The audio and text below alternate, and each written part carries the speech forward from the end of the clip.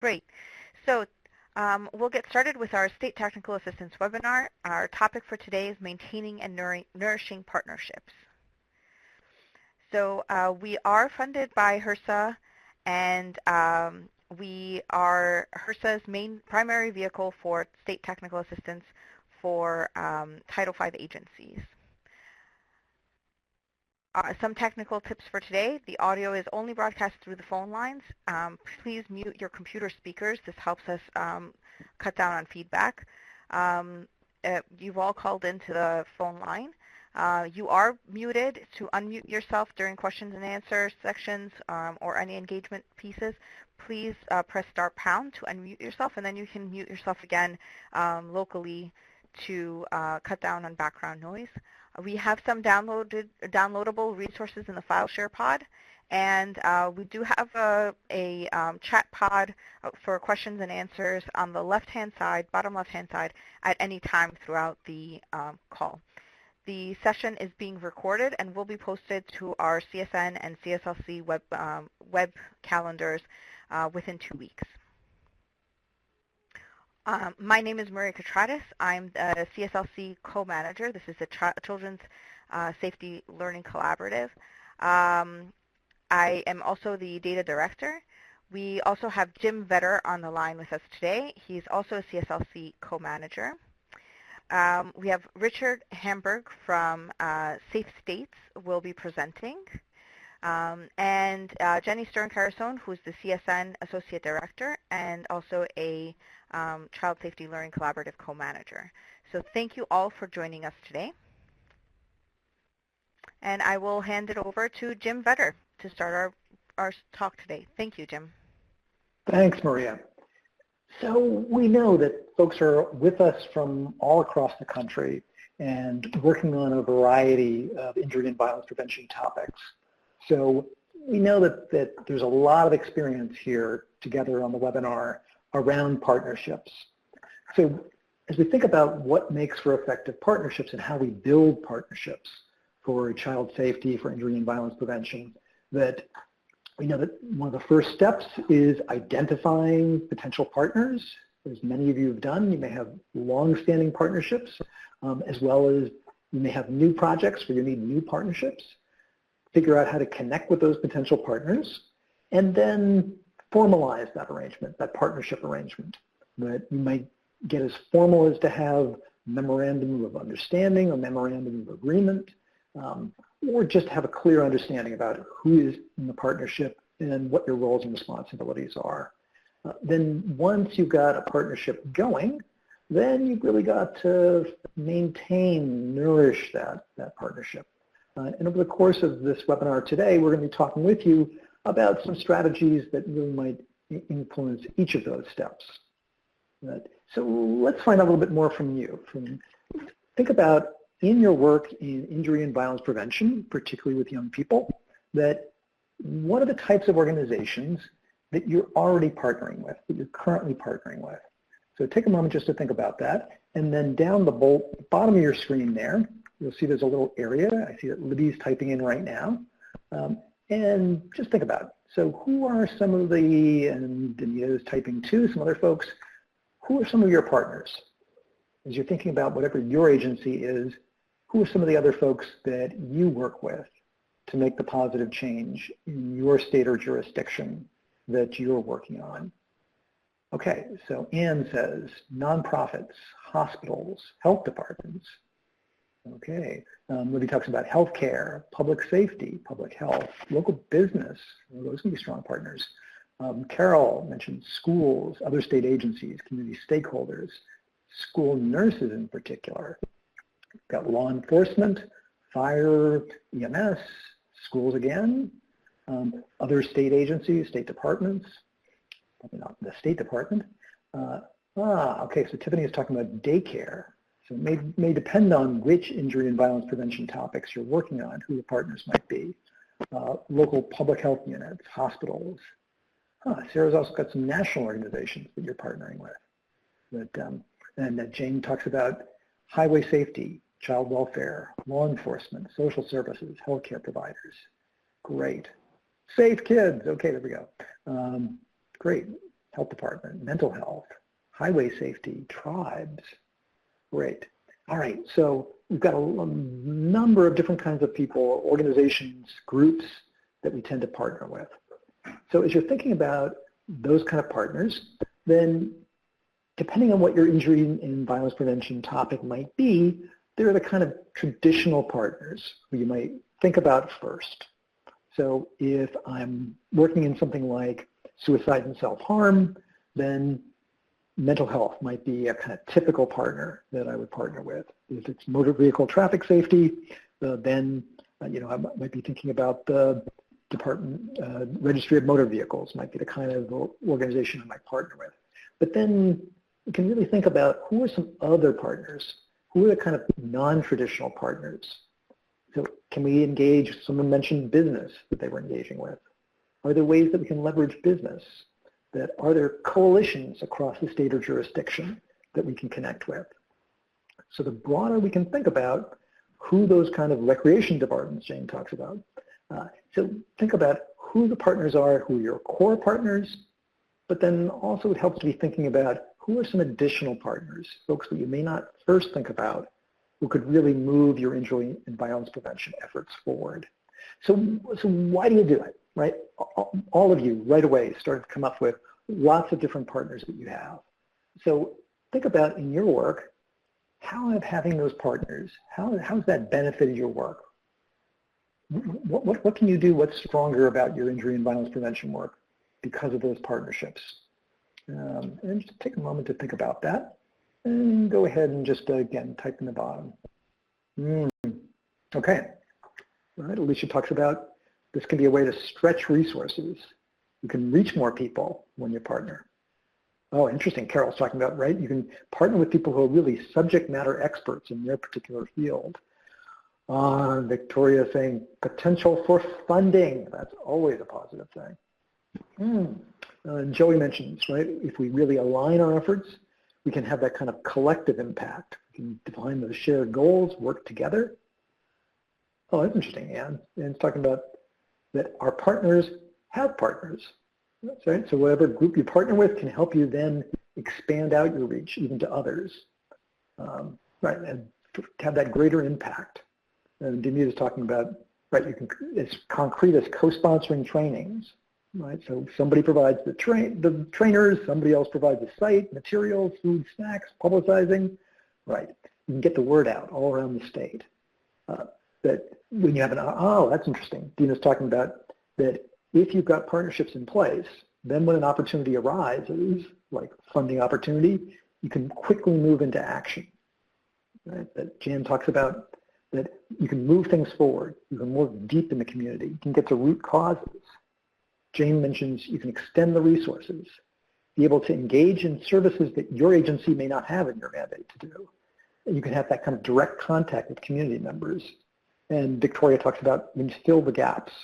Right? Other groups might identify some of those gaps. Together you can help to fill them. So we've got lots of different potential benefits from those kinds of partnerships. So some of the kind of typical things that you've said, right? That you can extend reach and impact. That you can bring together different organizations, networks, funding sources to plan, implement, evaluate across a wide range of adolescent and child and adolescent injury prevention programs. The other thing we can do when we coordinate is we can reduce duplication of effort. Right? That can just be a total waste if folks are working in kind of opposite directions on the same topic. And someone mentioned that you can leverage opportunities. You can integrate child and adolescent injury prevention also into sort of non-traditional areas. Again, thinking about who your traditional partners are, what are some of the different ways that you can just sort of expand that out. So, for example, that there might be a program that uses community health workers to educate low-income women regarding diabetes self-management, that if you partner with that program, you could also potentially disseminate information on safe sleep to new mothers. Right, that similar the same way, that the home visitation program aimed at promoting safe sleep could potentially integrate information on nutrition and physical activity. As long as we braid that funding, do that properly, that we can really leverage the kind of contact that we can have in different areas of the community. So let's get some examples from on this kind of the national level that we are really happy to have with us. Rich Hamburg, who is the Executive Director at Safe States Alliance, which is located in Washington, D.C. In Rich's work, he oversees and serves as an advocate for the field of injury and violence prevention professionals' interests, connecting with federal agencies and other partners and stakeholders. So Rich has a lot of experience in a variety of levels around partnerships. And Rich is also a member of the Children's Safety Now Alliance, which is a group that does a lot, comes together across many different areas to support the work and the mission of the Children's Safety Network. Rich, we're really glad to have you with us today. Well, thanks, Jim. Glad to be here, and glad to see so many people on the line. So I'm here, as he said, on behalf of Safe States Alliance, and Safe States is the only national injury and violence prevention nonprofit association comprised of public health and violence prevention professionals. Currently, we have over 580 members from all 50 states and territories as well. Our goal is to increase the awareness of injury and violence prevention, provide educational opportunities, train and provide professional development, collaborate with partners, and advocate for public health policies to advance the field. You'll see here a snapshot of some of our key work, including our role as a convener of leaders in the field, serving as the voice of injury and violence prevention programs and professionals, representing a diverse set of injury and violence prevention professionals, and enhancing the capacity and effectiveness of IVP professionals, including disseminating best practices, setting standards for surveillance, and facilitating peer-to-peer assistance. It's a chart of who we are. The majority of our membership remains state-level professionals. We have significant membership from local public health departments, trauma hospitals, researchers, university professionals, and students. We were initially formed to represent state and territorial injury directors as the State and Territorial Injury Prevention Directors Association, STIPTA, at the time. Then, as the field evolved, so did our membership, and that's why we changed names in 2010, and the composition of the organization continues to reflect the expansion of the field. We also have an expanding set of members from other partner and member organizations. So for me personally, my career has been dedicated to working with partners on a host of public health issues, including over time everything from tobacco control, public health emergency preparedness, prevention funding, addressing the opioid crisis, advocating for automated external defibrillators, and many other issues. It's at the heart of what I've been able to accomplish over the past decades, and this is just as important in the work that we do at Safe States and the work that all of you do. The power of partnerships is crucial, and everyone brings something unique to the table. Importantly, relationships are built, maintained, and often re-engaged at later dates. I've found that the programmatic partnerships that are established can turn into advocacy partnerships. Coalition efforts could spin off into some individual synergies and activities. In the world of public health, never burn any bridges, as you find your colleagues wearing different hats over time, presenting new opportunities. I was at a appropriations related meeting on Capitol Hill with about 25 groups a few weeks ago, and I spent the first minute or two counting all the different people that I knew for a long period of time who had switched organizations recently.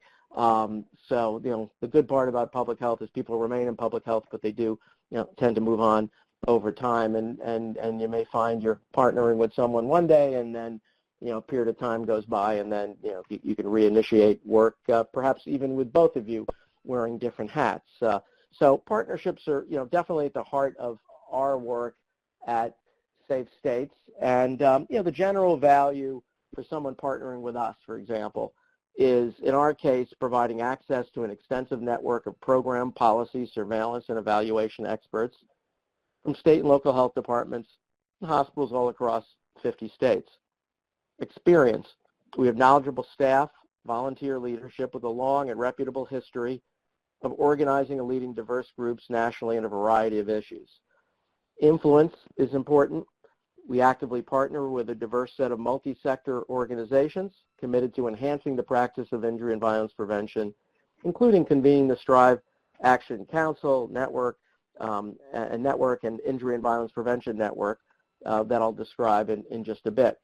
Equally important is the reverse of all of these categories, including the access, experience, and influence provided by external partners in support of our mission. So sometimes you're painting the fence for others, sometimes they're painting the fence for you, so to speak.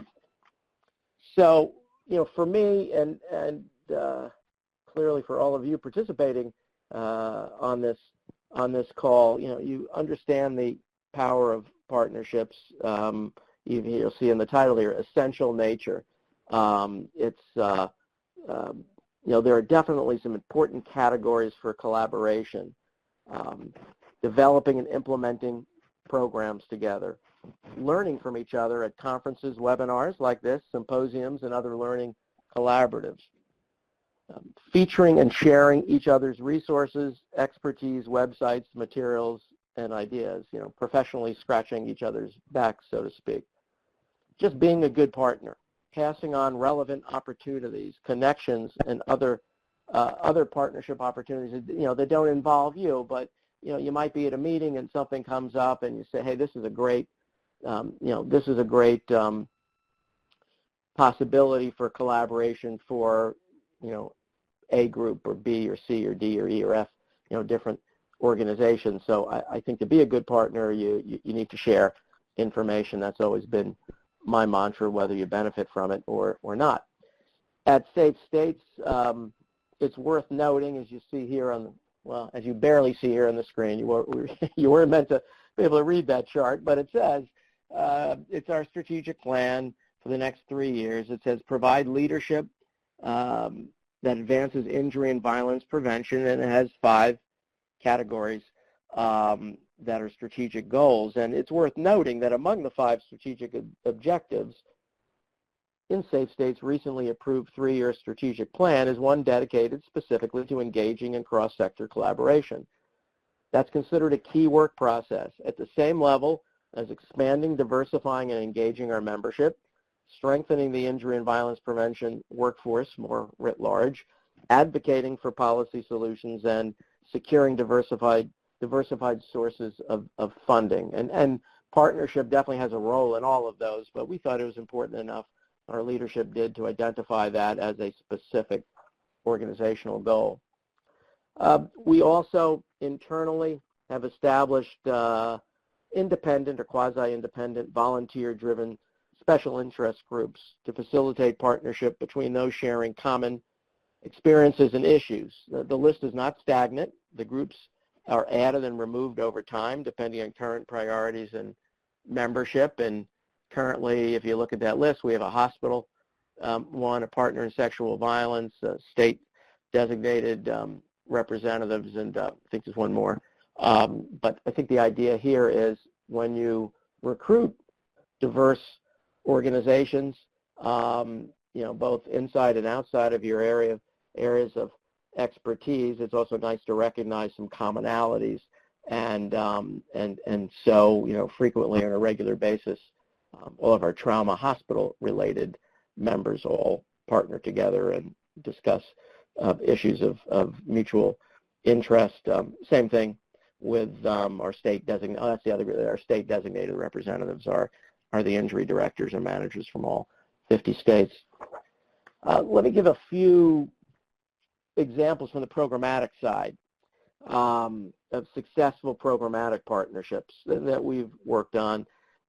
These injury and violence prevention standards and indicators in a trauma hospital setting are a good example of safe states identifying needs in the field, establishing buy-in with partners, conducting programmatic activities, and then fostering relationships through ongoing dissemination and technical assistance. In this case, NACHO, National Association of County and City Health Officers, was a key partner. We've since worked closely as part of a trauma prevention coalition with groups including the American Trauma Society, Trauma Center Association of America, Society of Trauma Nurses, American College of Surgeons, Trauma Section, and many more. Most worksite for workforce development opportunities offered by safe states through a training center. That's mapped to both the core competencies for injury and violence professionals and core competencies specific in the trauma setting. In workforce development, our goal is to assess needs, provide and ensure training and technical assistance for state health department injury and violence prevention programs. We've partnered with the Society for the Advancement of Violence and Injury Prevention, SAVER, and this has served as a guide for subsequent Safe States activities based on recommendations intended to identify and set priorities for the development of the injury and violence prevention workforce. This led to coordination and action planning across all organizations. In this case, a strong relationship from 2 member organizations representing both practice and research, and in this case, injury and violence prevention, are able to work together. We also help staff a STRIVE Action Council through the Centers for Disease Control and Prevention's Injury Center. It's a multi-sector consortia.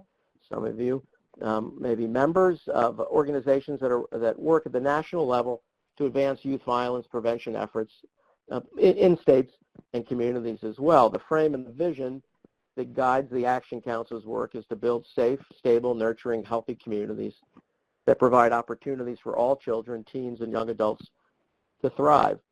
Current members represent public health, education, law enforcement, as well as youth-serving social service sectors. So yes, many non-traditional partners. Although in work that I've done in the prevention space for many years, had always referred to all these different groups upstream and in different sectors as non-traditional partners, but I think the goal over time is to say, no one's truly a non-traditional partner. Everyone, there may be untapped partnerships, but everyone, or you can identify so many organizations that have a stake in the work and that you're doing and the goals you're trying to address. In this case, the Action Council works to increase awareness and understanding that youth violence against youth is a preventable public health issue. It's focused on expanding the network of organizations that are involved in and champions for youth violence, so expanding partnerships and informing state, local, national policies that advance relevant strategies.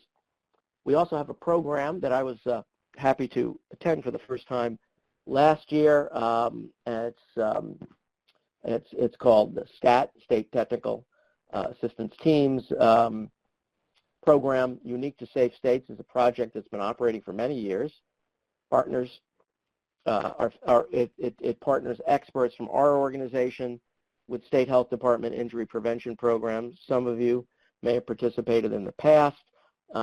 Really interesting process, brings expert teams together to assess programs, serves to refocus the state by requiring the states to reflect on their strengths, weaknesses, and opportunities. It brings different members of the injury prevention community together to share ideas for program development, and then produces a report providing feedback, including recommendations for action. In addition, the STAT experience provides team participants with the opportunity to learn about other states' programs and ultimately to share barriers encountered and successful strategies among the state programs. And the report provides feedback and recommendations. So I was fascinated by it. I think everyone who participates in it, learns a lot, whether you're in the teams coming in or the teams that, state teams that you're working with. And just another one or two examples from the programmatic side. We as an organization, work to fill gaps by bringing training to injury violence prevention personnel who have no travel or training budget, so fully free of cost. We identify and build skills needed for successful workforce through the production of an orientation toolkit. Another organization that I've had a long-standing relationship with many hats on is Public Health Foundation. Give an example of another group. They have it's called Train Learning Network, provides training and learning opportunities for public health, healthcare, behavioral health, preparedness, and other public health professions. So, you can drive people to your website for information, or you can drive people to, another site that is visited by many, many more people. So, there's definite synergies there. So just a plug for Public Health Foundation. Annual conferences and meetings. Regarding these, for example, our national conference is a great opportunity, as are others, for professionals in and interested in issues, in our case, injury and violence prevention. Participants meet others working in the field, others that speak their language, so to speak. Conferences provide excellent chance for networking, learning the latest from the field, and contributing to the growing community of practitioners, no matter what the topic matter is. Conferences are great places to learn and share experiences. Small meetings like ours, large meetings like the American Public Health Association, bring professionals together from all aspects of public health. Conferences in general are an opportunity to learn from others, attending, including attendance at other organizational meetings and conferences. You learn about different issues, you meet new people, and at the very least, we can probably all agree that, the greatest value in going to conferences, are informal gatherings in hallways, during breaks, over dinner, breakfast. That's where you really develop some long-standing relationships, and our meeting is no different than anyone else's. And, well, I wouldn't be doing my job if I didn't plug it. So upcoming meeting, September 11th to 13th. Early bird registration is open for a few more weeks in Atlanta, Georgia. Welcome. All are certainly welcome to participate. And then here's one on a little more on our orientation toolkit. It's a curated compilation of training resources to help focus development of core competencies for injury and violence prevention among practitioners. It can be used by individuals, other IVP program managers and supervisors, and helps orient persons new to the IVP field or expand competency among current practitioners. Advocacy. This is just such a key area for working together. As I mentioned earlier, advocacy presents great opportunities to work with like-minded organizations and colleagues. It also promotes cross-sector alliances and opens the door to non-advocacy related work. And you'll see here we just had our Hill Day that we're continuing to grow each year. We had it back at the end of March. But as an example, we had our government relations staff participate in the American Foundation for Suicide Prevention's meeting and training. They're doing the same for ours. So, some of those cross-organizational agreements, is definitely a way to go, and it allows you to learn more about another organization's membership and as they do with yours. On federal advocacy, a lot of things that you can get involved in: Hill Days, sign-on letters, advocacy alerts, generating policy statements. At Safe States, we're guided by a board-approved set of congressional priorities. Safe States Alliance calls on the federal government to prioritize injury and violence prevention to save lives by expanding and strengthening prevention capacity, unintentional injury prevention, violence prevention efforts. In 2018, Jane Herway, who is our co-chair of our policy committee, is on the call today. Hello, Jane. The Safe States Alliance Injury and Violence Prevention Policy Fellowship is a one-year virtual program designed to strengthen, expand injury and violence prevention policy leadership at the local, state, federal levels. Program participants, we choose, up to about a half dozen a year, receive extensive training, technical assistance, peer-based support, aimed to increase skills, self-confidence, and working with policymakers at the state, local, and national level. And then, hopefully that builds. You start with a group of people, and you add another group and another group, and hope that those who have been trained will train others. And that's a group that we want to continue to work with for years to come. Advocacy partners, sorry, hard to read on this sheet, but it's a good example of a mix of organizations that we've recruited to the CDC-supported Injury and Violence Prevention Network: American Medical Association, Brain Injury Association of America, NACHO, ASTO, EMS directors, National Safety Council, Prevention Institute, Safe Kids, SOFI, on and on. There's more than 75 different groups, and we get together to share information, coordinate efforts, collaborate on strategies, that promote policies aimed at advancing the field of injury and violence prevention. So if nothing else, without even doing any, so-called advocacy, just sharing information, getting a heads up on what issues partners are working on, finding some common goals that you can work on together, allowing the opportunity for groups who may have published a new set of findings to reach, dozens of organizations in one shot. I mean, similar to doing something on a webinar, for example.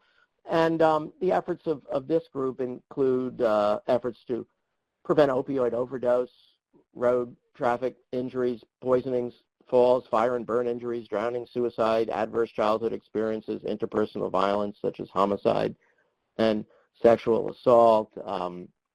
The network meets in person in the spring and fall in Washington. If you're not a member, check out our website or look at this list. It's the best kind of partnership. No fee, just some good partnership with like-minded organizations. And to help strengthen the voice of the injury and violence prevention community at the national level, the network organizes an annual Hill Day for its members. The event is designed to allow advocates to educate policymakers and on the impact of injury and violence prevention. Members in the network, membership, as I said, is open to organizations working to promote and advance public health and no financial commitment. And I totally agree with the input earlier on this call. Funders, schools, law enforcement, looking upstream, transportation officials, housing, and I reiterate my comment on the non-traditional should all over time become more traditional partnerships. And getting close to closing here, to tie it all together, for any organization, the benefits of collaboration or the benefits are varied. Sometimes you lead. Sometimes you share leadership with others. Sometimes you join for the benefit of others, keeping you up to speed and engaged on issues that may be secondary to your mission or for which you don't have sufficient resources to address them on your own. And you'll see, yes, we are members of the Children's Safety Now Alliance, Coalition for Health Funding, Road to Zero, Strive Action Council, Trauma Prevention Coalition. I serve on the steering committee of both a Collaborative for Effective Prescription Opioid Policies as well as a behavioral health substance abuse related group called the Wellbeing Working Group. So, different reasons for joining and participating, but all important. And there's a bit of shared leadership in various fields with the governance over shared issues divided between partner organizations.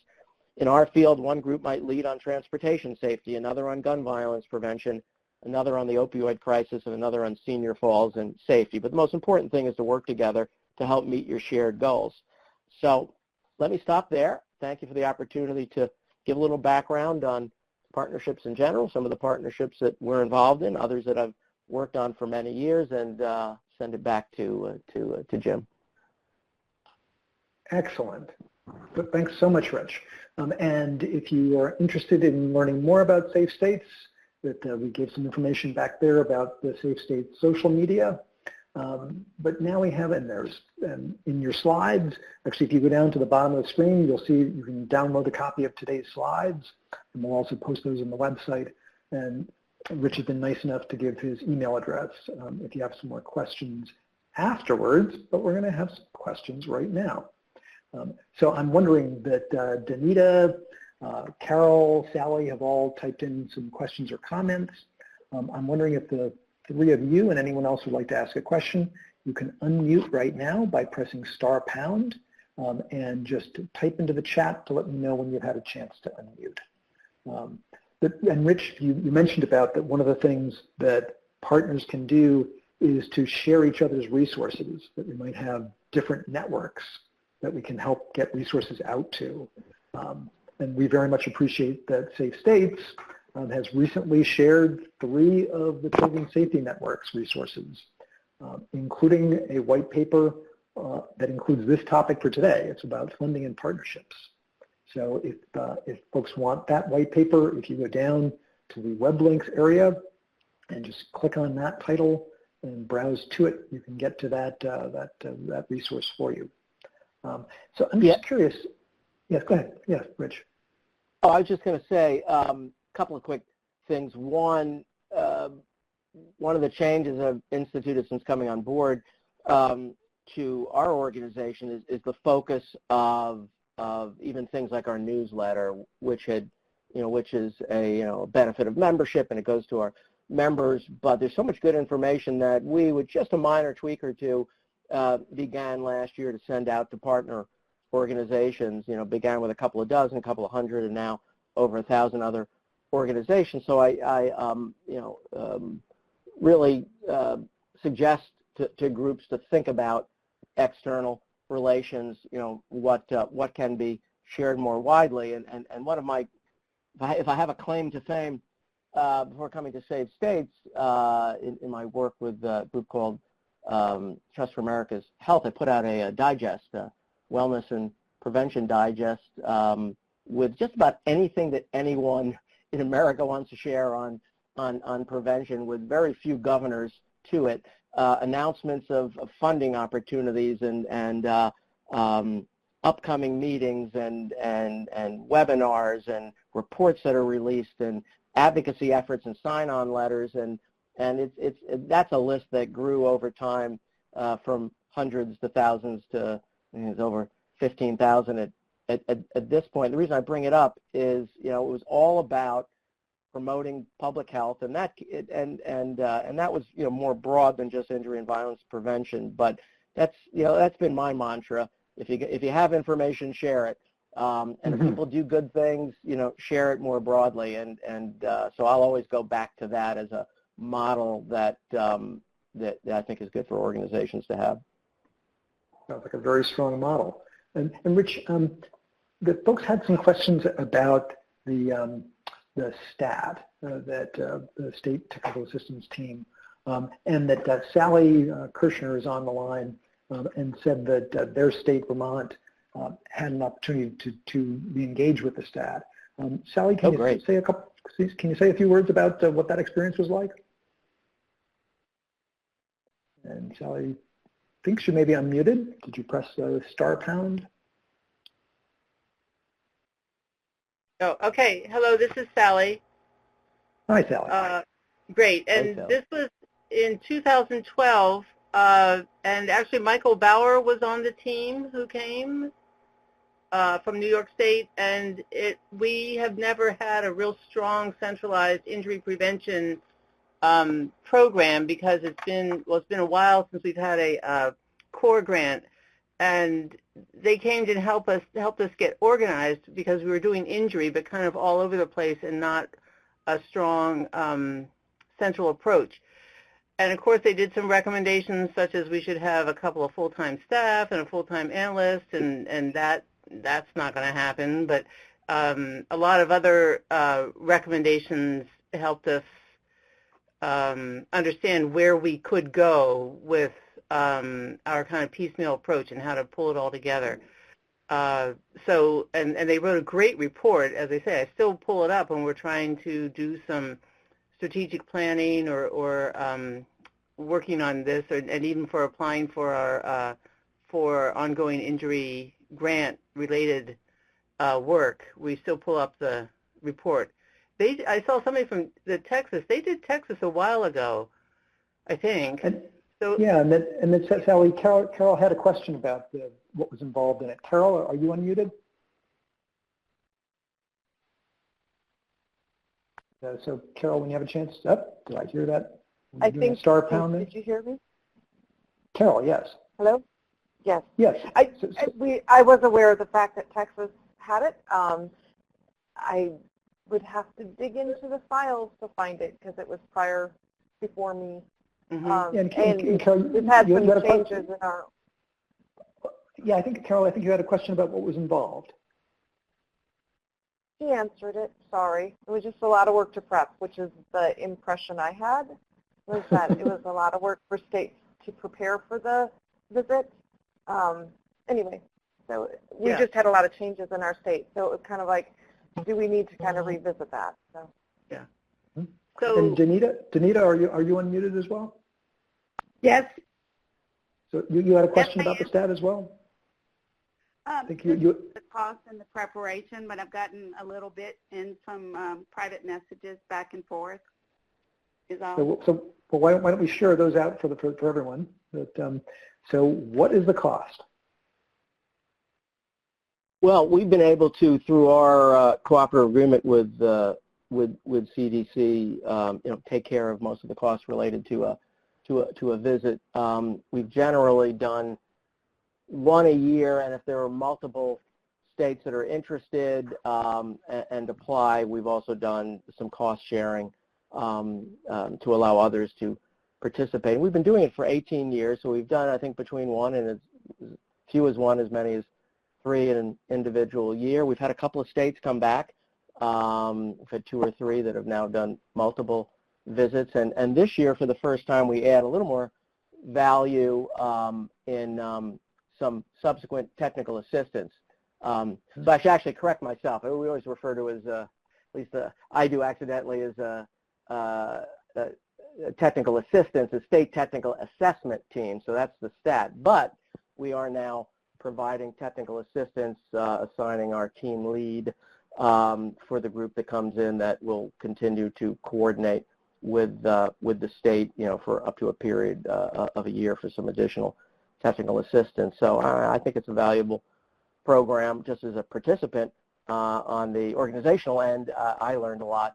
And but there has to be commitment. Yes, there is a lot of work that goes on ahead of time, which is sort of ironic because there's a lot of pre-work, and then the assessment, the interviews, the note-taking, the putting a report together all happens within about 72 hours. So it's kind of a fascinating process to watch, but my understanding has been very helpful to a number of states, although there are some that still have not participated. So I'd urge everyone to, at least think about future participation in that program. And I'm wondering, Rich, could you give us an example from your own experience of how you've navigated? And we know that sometimes partnerships work really well, and sometimes they're a little more challenging. Could you give us perhaps a no names mentioned example of where you had a kind of a challenge in a partnership and how you got around it? Well, I think, one big one was years ago on tobacco control. And this is a good example because it just involves so many different organizations. And, start with and always repeat to yourself, don't burn bridges. Never burn bridges. Even if you're thinking about burning a bridge, don't burn a bridge. And there was a big opportunity. Many of you are familiar with the settlement, the big tobacco settlement between the state attorneys general and tobacco industry years and years ago. But in order to do a big grand piece of federal legislation, a whole smorgasbord of important public health initiatives around tobacco control, it was all tied together. It had to do with giving some immunity to the tobacco industry in exchange for various reductions in advertising and promotion. Anyway, it was a complicated enough issue that hundreds of public health groups that had worked together for many years fractured, some supporting the agreement, some not supporting the agreement. And it was interesting. So, we were working cross purposes somewhat with some groups. I was with American Heart Association and American Lung Association, a different side of things. And one of my roles was the behind-the-scenes go-between between the two coalitions. And even though we didn't agree, we kept each other informed. We all had the right goal. We all wanted to reduce tobacco use, particularly among kids. And I think it was important to maintain, in a very touchy situation, the relationships with the groups that we had, because eventually, this too shall pass, and we worked together again, and we achieved some great successes moving forward. But just a big example of a major fracture in a movement, so to speak, but never a good idea to completely break the ties, and especially when you know you have the interests of of kids' health in particular in mind, and long term those groups came back together and did some great things, and then related to that, and anyone at Safe States who's listened to me the last year or two, some people have heard this story.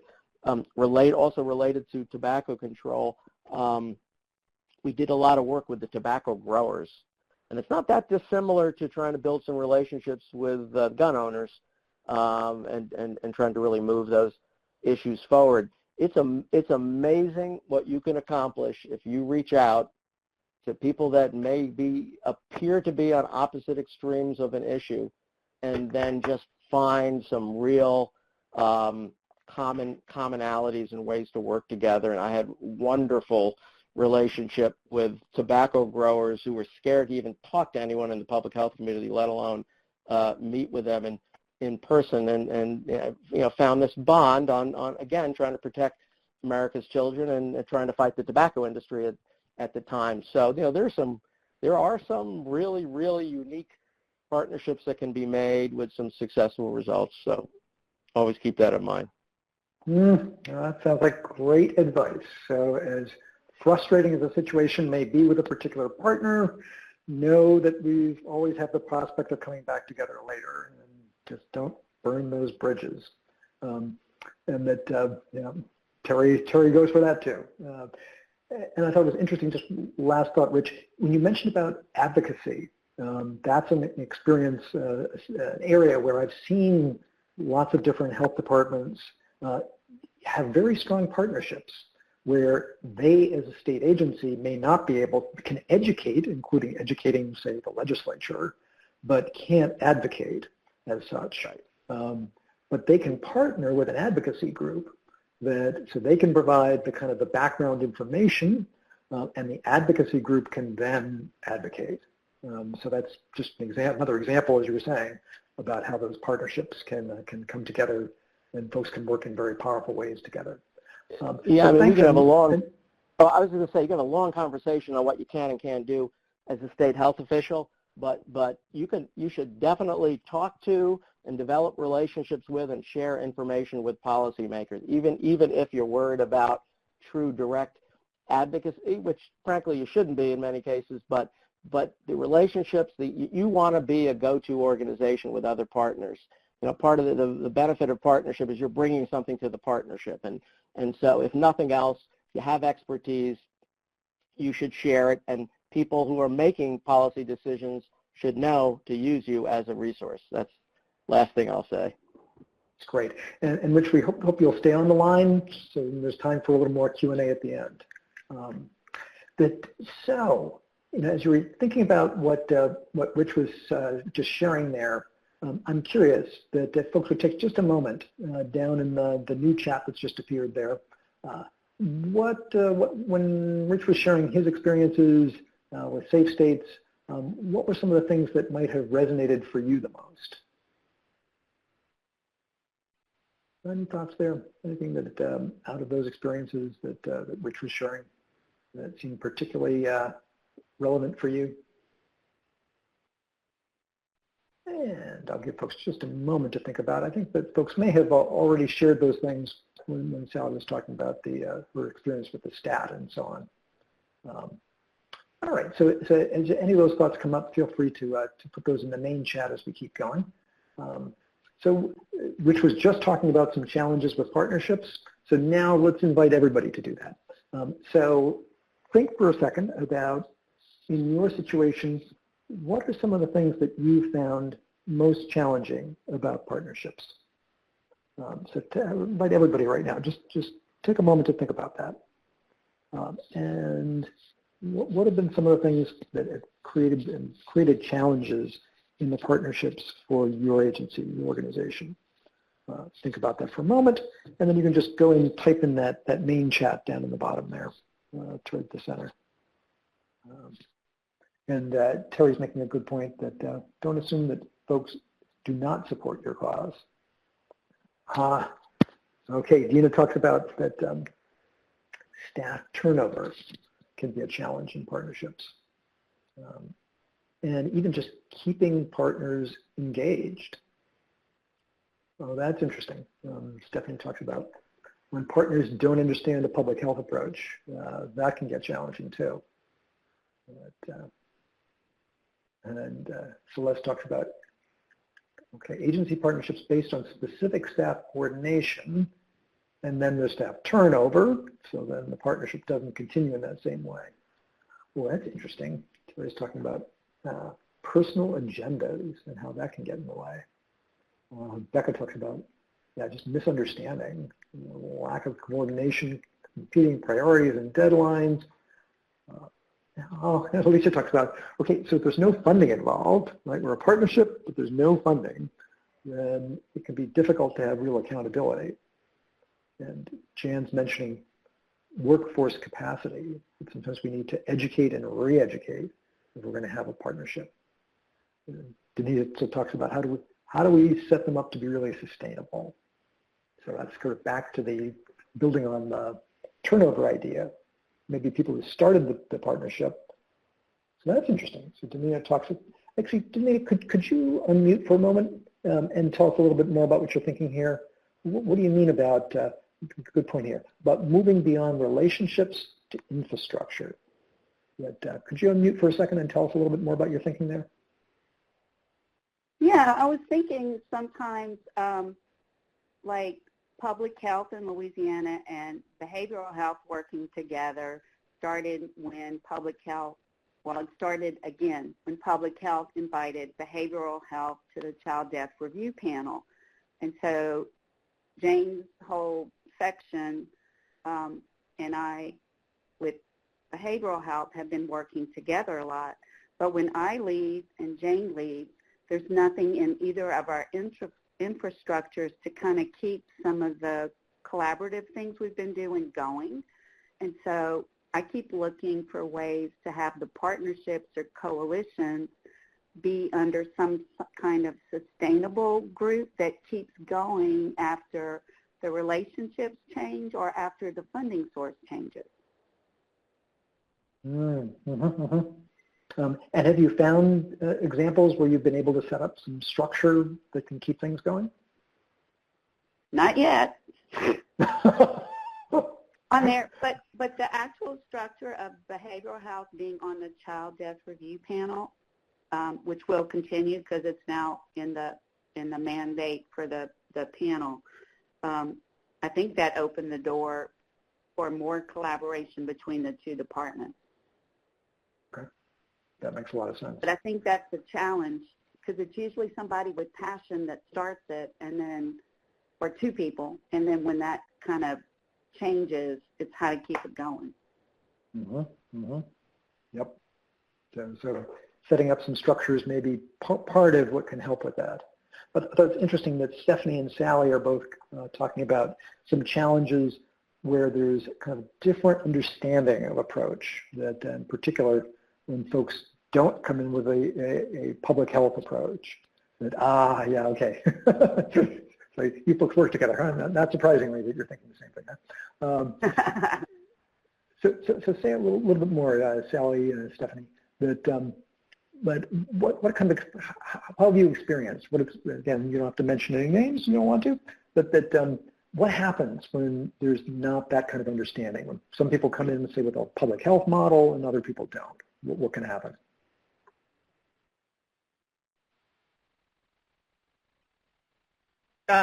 So this is Sally. I'm thinking, you know, to do it correctly, meaning to do the assessment, look at your data, understand what's going on, evaluating like the CDC technical packages with all the evidence-based practices and promising practices, and just planning it out. And that goes to Stephanie's other comment that this takes time.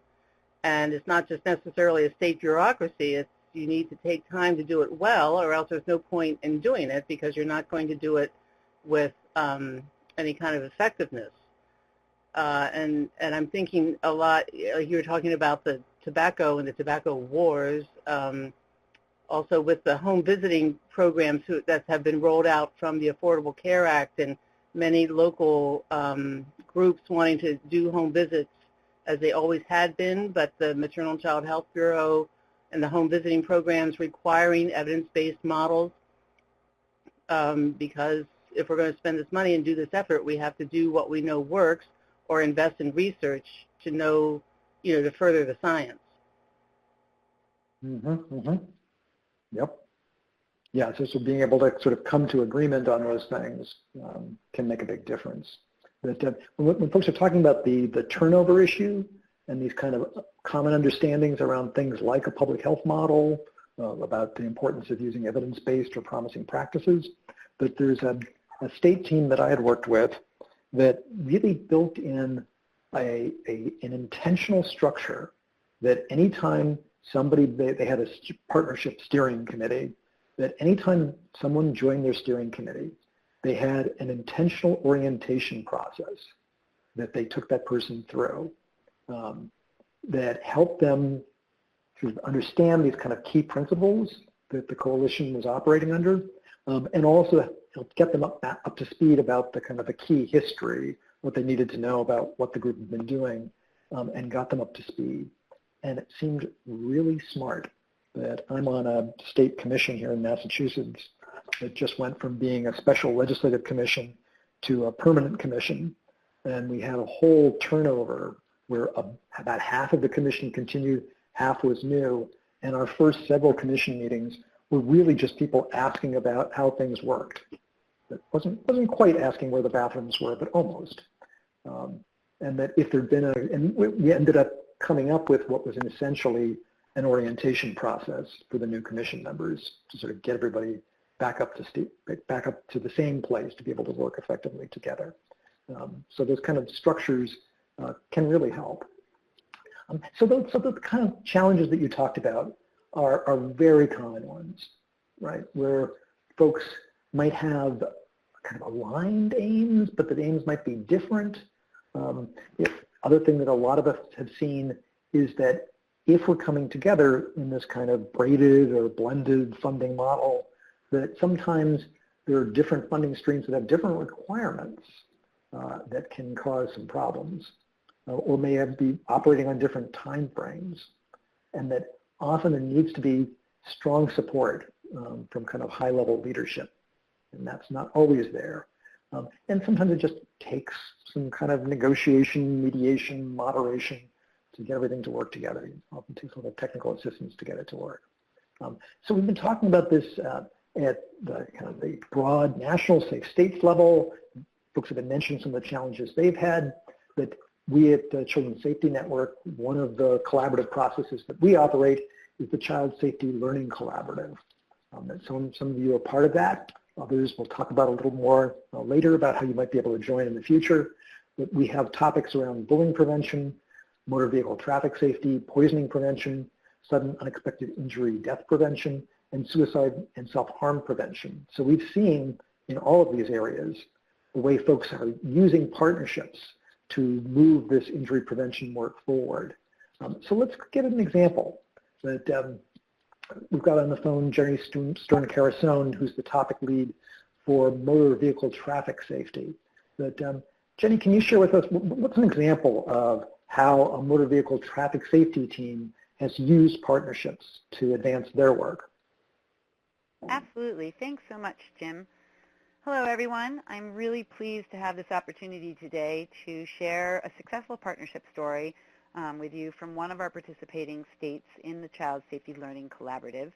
The Nebraska Department of Health and Human Services has used the impetus of funding from the CDC to launch the Drive Smart Nebraska Coalition. They started this in 2012 to address teen driver safety priorities across the state. And then in 2015, they extended a hand to the Department of Highway Safety to establish a specific partnership with them to enhance this work. And it has just grown immensely since that time, bringing together Department of Health and Human Services and the Department of Highway Safety to unify their efforts on addressing teen driver safety and other strategic work in motor vehicle traffic safety. I am speaking today on behalf of Jeannie Beets, who is the topic lead for this team in our Learning Collaborative. I know there are some other folks on the call today. I think I saw some other folks from Nebraska, and so I hope that they will join in and share some specific information or fill in any gaps that I might miss. The Drive Safe Nebraska Coalition has quarterly in-person meetings at which they share information and establish strategic priorities. Some of the coalition members are self-selected, and others were inspired to join based on expectations that were set in funding that they received from either the Department of Health and Human Services or the Department of Highway Safety. Members are encouraged to create activity groups with one another, and this enables them to determine what topic priorities the group is going to work on. The priorities might align with priorities that the state has already established and that the state is working on as part of their greater Department of Highway Safety or Health and Human Service work in motor vehicle traffic safety, but not always.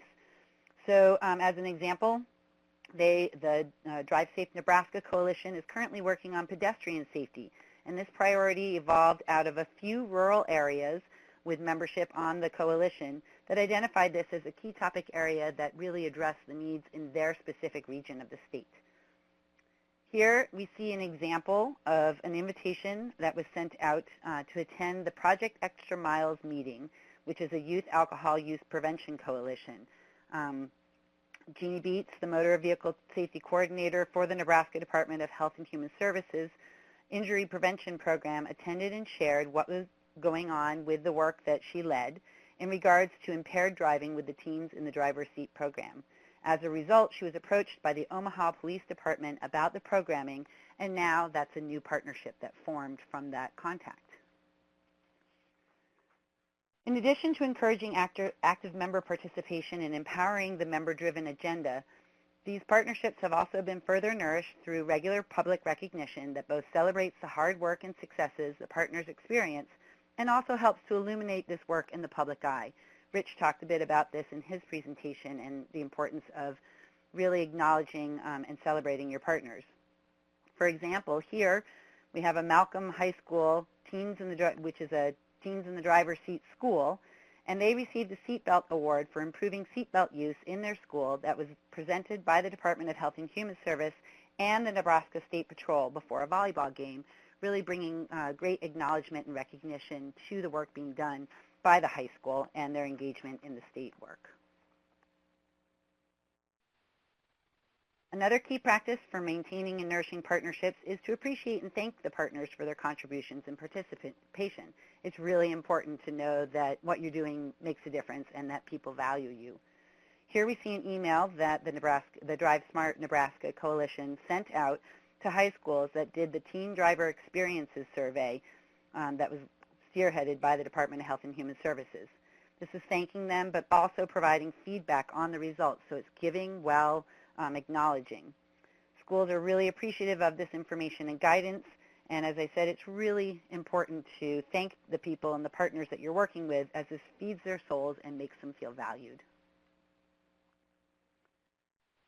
Another important part of maintaining and nourishing partnerships is having clear communication. And being able to clearly communicate what you're doing, who you're doing it with, when it's happening, and so forth is essential to having clarity in roles, responsibilities, and the activities that are going on.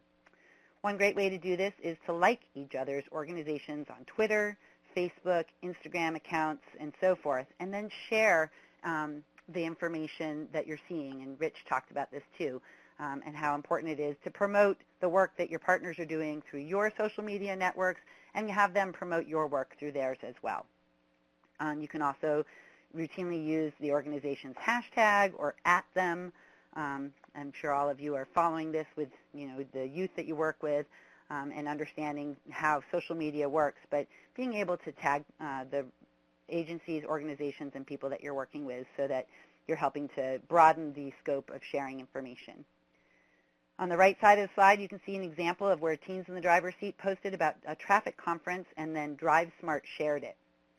And we know that social media is the modern way to promote communication, but good old face-to-face communication is still a really critical strategy and has been the most successful way for the Nebraska Teens in the Driver's Seat to recruit new schools in their high-priority counties to help them implement the graduated driver licensing education program that they're doing.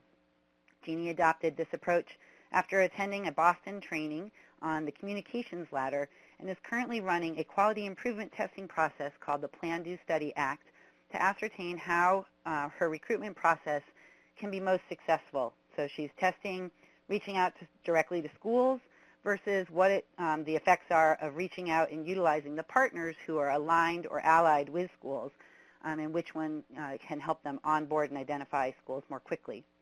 This PDSA process allows her team to try something new, track how it went, and then look at the results in order to adopt, adapt, or abandon their approach. Another important communication, of course, is email, and that's another way that people stay in touch and share the successes and other things that they're doing. The Drive Smart Nebraska really recognizes the power of sharing, as noted earlier, and building on one another's experiences, whether they be successful or challenging. Here we see a celebration of the Albion High School student who won second place in the National Teens in the Driver's Seat poster contest. This was the first ever outside of Texas, is what Jeannie shared with me. So if that's incorrect, Texas, let us know. The check was presented at the 2019 Teen Driver Safety Summit in front of 110 people, and then this news was shared with partners via email, social media, and so forth. The partners were then recognized by, who were recognized were the Department of Health and Human Services, Highway Safety, State Farm Insurance, and Union Pacific. Other examples of successes shared included funded grants by partners, increased seatbelt use by schools, and increased number of schools that are doing TDS, or Teen Driver Safety. As we heard earlier, partnership is a two-way street, and this is a pun that I intended. It's important to give as much as you get. So one way to do this is to assess what resources your partners are in need of and to provide them. For example, several teens in the driver's seat schools wanted virtual reality goggles. So the Drive Smart Nebraska partnership through the Department of Health and Human Services and Department of Highway Safety sought out a grant for an opportunity to purchase these resources, and now they're being used in schools as well as at conferences. Another example of how they provided resource to partners is the Drive Smart Nebraska website. The website is designed to provide partners access to traffic safety media, including theater ads, radio ads, social media posts, and these are all free and then can be tagged with partner logos. And finally, the Drive Smart Nebraska Coalition helps partners by providing trainings on quality improvement or media work to build the partner organization's capacity, which helps to improve the overall work being done. They help foster additional cross-partnerships between the partners and beyond. They promote local mini-grants that are provided through the Highway Safety Office, and they provide data to the partners through fact sheets or in response to any requests that they get, again, to help further the work being done. So as I mentioned, partnership being a two-way street, the Drive Smart Nebraska Coalition is also giving to partners by asking them to participate and provide feedback on the various state-level campaigns. For example, Jeannie's team was asked for feedback on an earlier Plan, Do, Study Act that they conducted on a Teens in the Driver's Seat marketing packet that has been used to help partners approach schools and implement the program.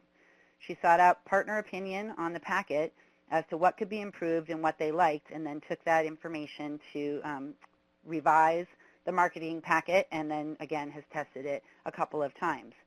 They felt really that the materials helped them to the work that Jeannie was doing and to be more confident in approaching schools about starting a teen driver safety program in their school. And all of the partners who participated in the feedback were acknowledged and then were able to see the benefit of their partner participation in the changes that were made to the materials. So again, I was sharing some information on behalf of Nebraska and the work that they're doing in the collaborative and beyond. I see that Celeste is on. If I've missed anything, I please encourage Celeste that you unmute your phone and fill in. Jeannie has also cordially extended her contact information that you could follow up with her directly or check out the Drive Smart Nebraska website.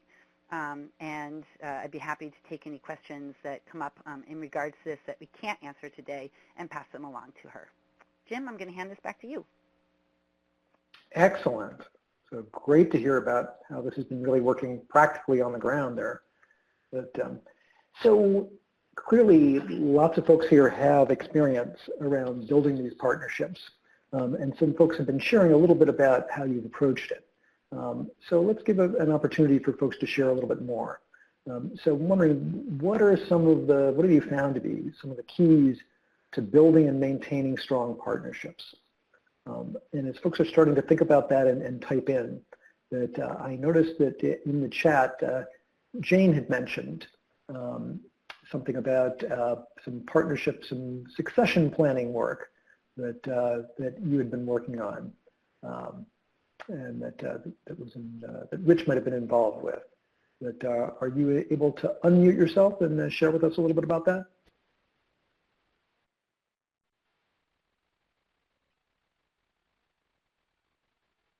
Okay. Jim, can you hear me? Yes, I can hear you. Okay. Yeah, so Rich, are you still on the line? Yep, So Rich might need to unmute. Yeah, no, I'm here. Yeah, so I mean, I know succession planning has come up and as a topic for the next state technical assistance webinar or one of the future ones. So I didn't know if we wanted to talk any about how we've been having conversations at Safe States about the importance of this and with the core SBIP injury directors and, you know, how we've all kind of been talking about just different ways to ensure succession planning. I know what we do here in Louisiana within the Office of the Bureau of the Office of Public Health. I know Danita's talking about behavioral health, which is a little bit of a different office, but what we're doing here. But I just didn't know if Safe States would be willing to kind of talk a little bit more maybe on a future webinar about succession planning. Sure, I think that would be great. Yeah, because it is a topic that's come up among the state injury directors, and we've all kind of been talking about it, and so it's definitely a topic that, and I saw somebody else put a comment about getting management to buy into succession planning, and I know some agencies have trouble with that. I know it's not an issue here within the Office of Public Health and specifically within the Bureau of Family Health, but one of the things that I think has been helpful for us is that our injury program lives within our Bureau of Family Health, which is where our Title V project lives. So even though our injury funding may be really small and limited, we do have the benefit of getting support from personnel who are funded by Title V dollars, and you know that also prioritizes sort of injury prevention for maternal and child health populations. So that's how we've been able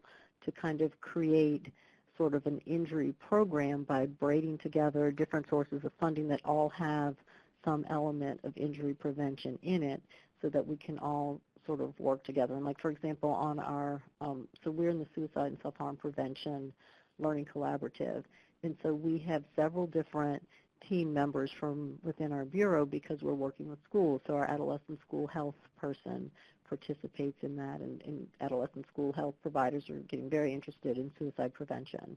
And then we have people that work on suicide initiatives and child death review. And then our ACE educator is involved in injury prevention. So we have sort of this core of people that are all kind of working in injury prevention, even though they may not be directly funded by like the core SBIP grant. But because of the sources of funding that they have that do have elements of injury prevention in it, we're able to kind of work sort of as a injury prevention team. And then we've been able to garner kind of other sources of funding. For example, our National Violent Death Reporting System epidemiologist also participates on our Suicide and Self-Harm Learning Collaborative, Prevention Learning Collaborative with CSN. So there's different ways that we've been able to kind of do it here so that we're creating a deeper bench of people that know about the injury, projects that are going on, and making sure that people kind of have the skills and like kind of infusing and the competencies for injury prevention professionals as we go along and in our work, so that it isn't like somebody leaves and that's the end of the project, or that's the end of injury prevention. So yeah, and it sounds like the things we've been talking about. Yeah, Jane, it sounds like you've structured those kind of partnerships right into your own agency, and that there's a kind of priority around that, which allows you to do that in a kind of consistent way. I'm just curious that, thank you, Jane, but one thing, Becca, you mentioned about some strategies you found really helpful around having clear roles and responsibilities, clear and consistent communication, that kind of follow up and follow through.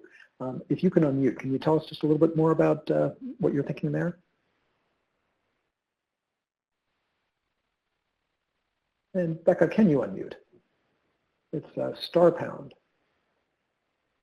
Hi, guys. There you go. Can you hear me now? Great. Yes, indeed. Sorry about that.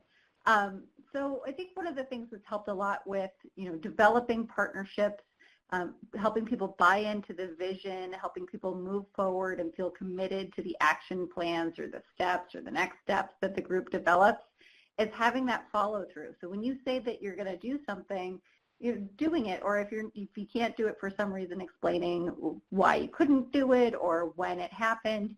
And I think when you show that you're coming to the table with something, they're more willing to come to the table with something as well. And it really helps not only build relationships, but build momentum. And so then in terms of fostering that kind of follow through, it sounds like you're suggesting the first piece is really to model that. Exactly. I think. Yeah, go ahead. Yeah, when we think about the sphere of influence that we have, it really starts with ourselves and to a certain extent our teams as well. So thinking about what we can do first, because that's what we have control over, to help get that buy-in and that momentum. That makes a lot of sense. And I see Carol is suggesting that to kind of build that connection, that it can often be helpful to have face-to-face meetings, at least to kind of kick things off. And I suspect that many of us have found that, even though, particularly if you've got a large state like Texas, that a lot of the meetings might be phone meetings, webinar, sort of online meetings, that having some of that kind of face-to-face time, that even when Rich was mentioning about conferences, sometimes going to something like a national conference, if you're able to go as a team, sometimes the team time there together, even just having a meal together in Atlanta, can help build those relationships, even from like different agencies in the same state, that can help build the kind of follow through that you're talking about as well. So some great strategies folks have shared. Thank you so much.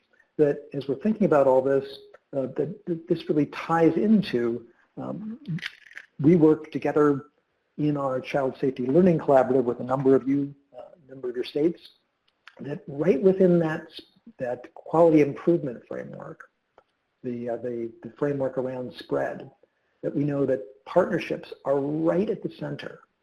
So that's really a key part of all this, that if we're going to do this kind of an improvement process to get better results around injury prevention, that we've got to develop those better ideas, but then setting up with those really the partners in the center there can really be hugely important. And then to keep that kind of measurement and feedback happening, someone mentioned knowledge management, that how do we develop those kind of knowledge management systems that can help us make sure that we're capturing the kind of the key ideas, what we're developing through the partnerships together, and in our change model, that all of that can help us get to the outcomes that we're really committed to getting to. And that folks, one way that we do that is through the stakeholder analysis, thinking through who are our partners, and who are our stakeholders that may not be our direct partners. How do we understand things from their perspective? That how do we engage them? And what may be some of the barriers? That down in the bottom in the file share area, that you'll see there's a spread planner, that diagram I showed just a moment ago, and then there's two kinds of stakeholder analysis worksheets that may be helpful to you. One is when you're first sort of thinking through with a stakeholder, there's an initial stakeholder analysis worksheet, and then when you're going back and really reviewing those kind of analysis, those kind of partnerships, and the role of the stakeholders, there's kind of an ongoing stakeholder analysis worksheet. And those are two tools that you might find helpful. And again, you can just go to the bottom there, click on the name of the file that you're interested in, and then just click on to download that file onto your computer now. But those are some resources that may be helpful to you. And another possibility that is that one way that we foster those kind of collaborations, those kind of partnerships, is through the Child Safety Learning Collaborative. That was just launched last year, in 2018, by the Children's Safety Network. That the Child Safety Learning Collaborative is a chance for states and jurisdictions to work together to increase the spread of evidence-based and evidence-informed policies, programs, and practices at your state, jurisdiction, and local levels. And we do that through a variety of tools and approaches. We have collaborative learning sessions. We have calls about those specific topics that we showed just a little while ago. And then we have technical assistance webinars like this one. There are a bunch of tools that if you're part of this, you can use. We have driver diagrams that can show the relationship between the ideas and where we're heading. We use a process of small tests of change and kind of implementation and spread guides, like the spread planner that you see here. And then there's a process of data collection, reporting, and analysis that can really help the projects make sure that they're really on track. And that we do that around those 5 priority areas: bullying prevention, motor vehicle traffic safety, poisoning prevention, sudden unexpected infant death prevention, and suicide and self-harm prevention. And currently there are 18 states and jurisdictions participating in cohort 1. Some of you on the phone today are part of that. But then cohort 2 will begin in 2020. And we would love to invite folks who are not currently part to come join us for that as well. And you can learn more about all this at the link that's on your screen right now. So, and Maria, back over to you.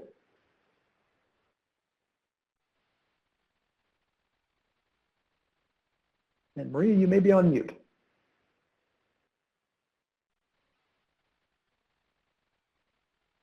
Okay, so thank you so much, everyone. Oh, that sounds like maybe Maria. I'm here. I'm sorry about that. So thank you all for joining us today. This was a wonderful call. Thank you to Rich and Jenny for presenting Nebraska's work. We really appreciate the time that you've all taken today and all of your wonderful engagement. We are in a constant state of continuous quality improvement at CSN, so we would love it if you could take a few moments right now to give us some feedback about our webinar. Our next State Technical Assistance webinar is on August 15th. We will be circulating an invitation and a description of that call shortly. Again, just as a reminder, this call and the webinar was recorded and will be posted on our CSN website in the calendar and in our CSLC calendar. So you will have access to that as well. We always take a few minutes to look at our resources on CSN's website, which is at the bottom of the slide. And we really appreciate having you all on the call today. We hope you have a wonderful afternoon and see you again next time. Thank you, everyone.